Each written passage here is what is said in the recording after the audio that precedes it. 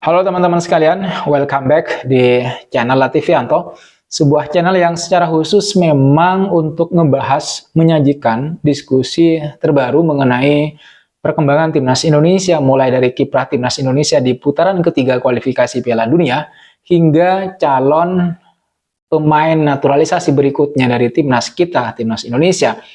Nah, buat kalian yang berkenan, silahkan kalian subscribe terlebih dahulu dan jangan lupa klik juga tombol like-nya agar semakin banyak yang menyukai channel ini dan topik-topik yang saya bahas di channel ini. Tentu topik tentang perkembangan terbaru dari Timnas Indonesia. Sekali lagi, terima kasih buat kalian yang masih stay tune terus memberikan dukungan kalian terhadap perkembangan channel ini.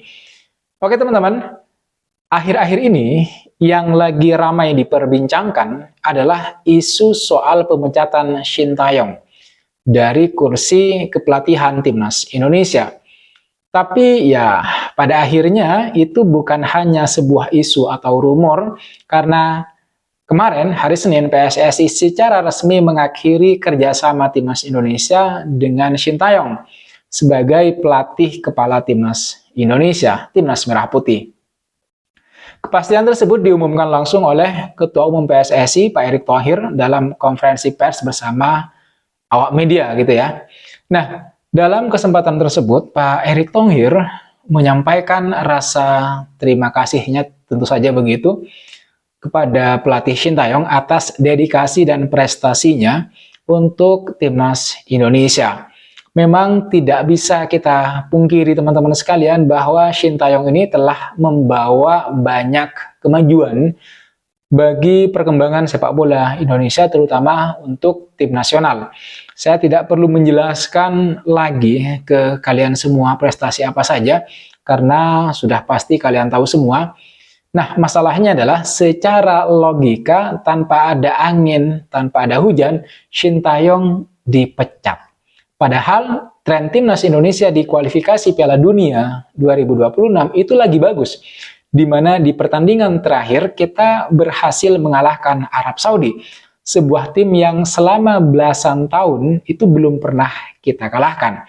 Dan itu bukan hanya soal gengsi kalah mengalahkan teman-teman, tapi juga mengangkat Indonesia dari klasemen dasar Grup C, kualifikasi Piala Dunia putaran yang ketiga. Nah, kalau kita mengaca pada tren atau berbagai prestasi yang sudah ditorehkan, Shin Tae-yong seharusnya tetap lanjut melatih timnas begitu.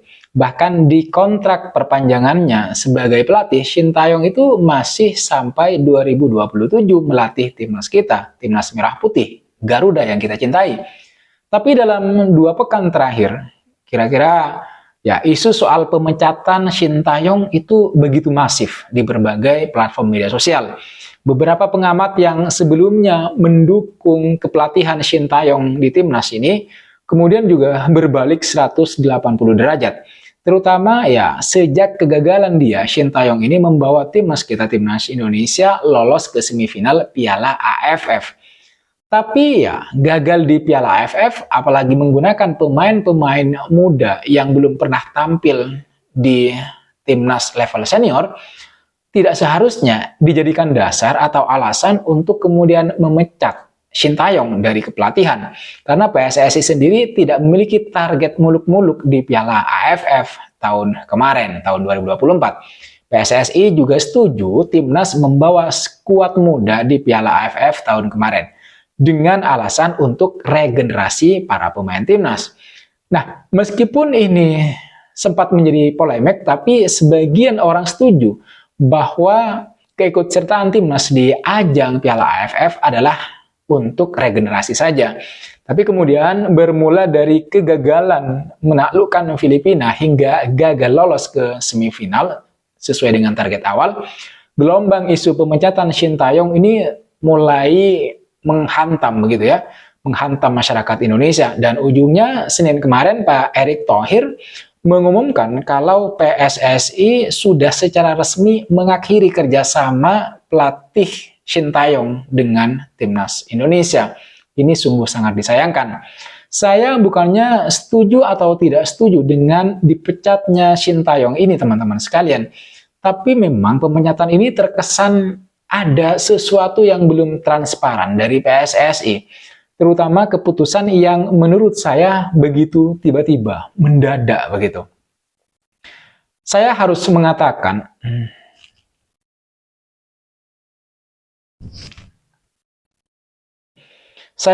mengatakan, bahwa dipecatnya Shin Tae-yong dari kursi kepelatihan timnas ini terkesan begitu, sekali lagi, begitu mendadak dan tiba-tiba. Memang isu berakhirnya kerjasama antara Shin Tae-yong dengan PSSI ini sebenarnya sudah bergulir sejak Juli 2024 lalu, saat Shin Tae-yong pulang ke kampung halamannya di Korea Selatan dan tidak kunjung menandatangani perpanjangan kontrak dengan PSSI.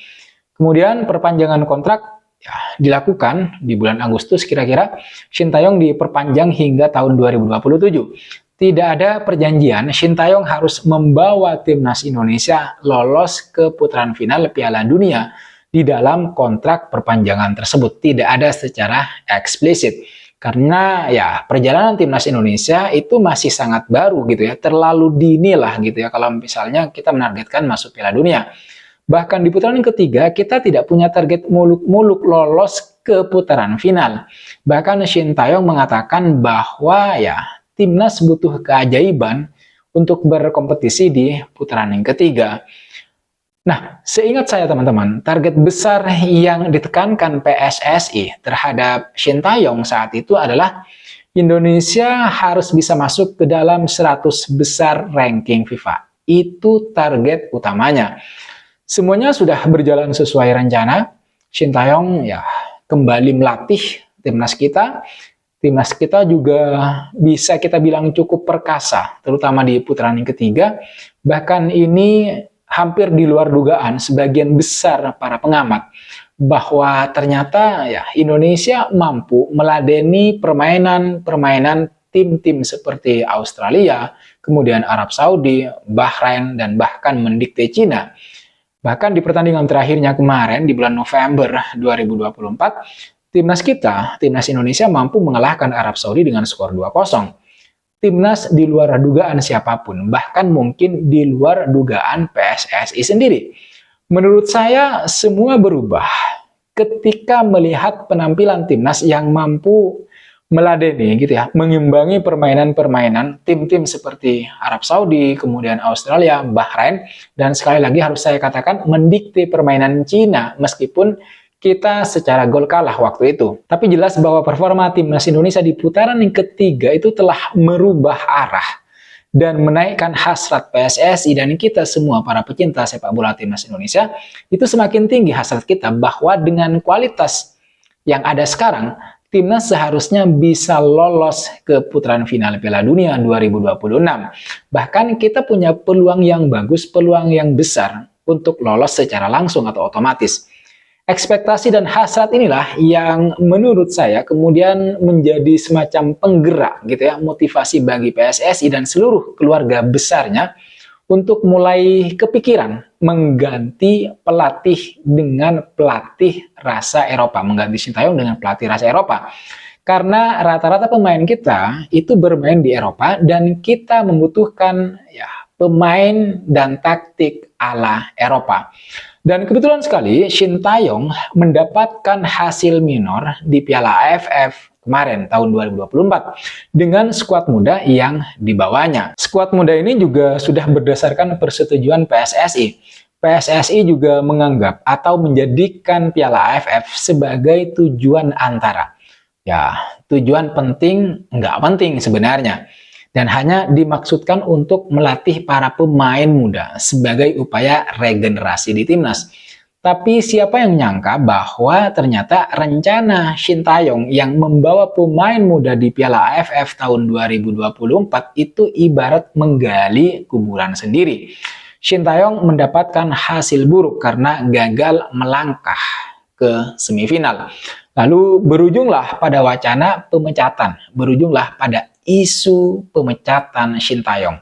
Meskipun kata Pak Sumarji waktu itu, tuntutan beberapa orang atau beberapa pengamat agar PSSI memecat Shin Tae-yong adalah ya salah alamat begitu. Nah, ketika hari ini PSSI memecat Shin Tae-yong, PSSI mengaku bahwa pemecatan STY ini bukan didasarkan pada kegagalan STY membawa timnas ke semifinal.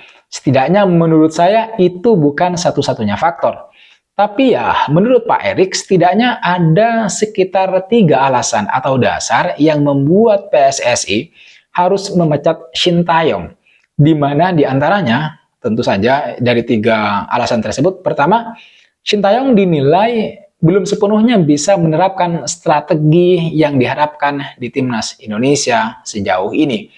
Hal itu ya seperti yang disampaikan oleh media Italia, Tuttosport, yang menilai Shin Tae-yong terlalu mengandalkan fisik dan lari. Fisik, lari.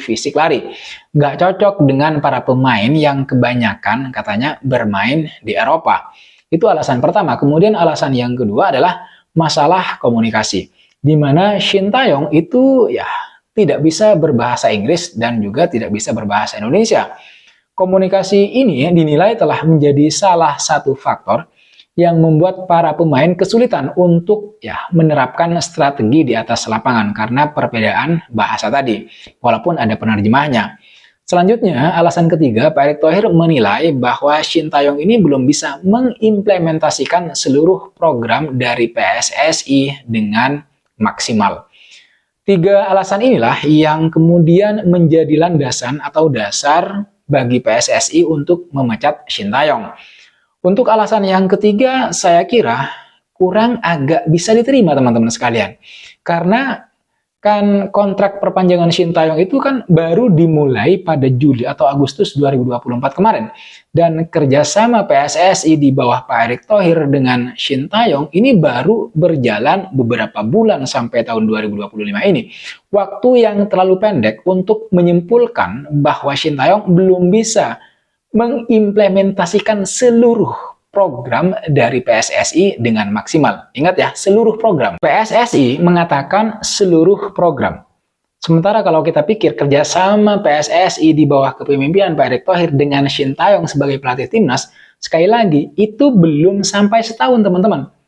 Dan kontrak STY, Shin Tae-yong sendiri, itu kan sejatinya baru akan berakhir pada Juni 2027 mendatang.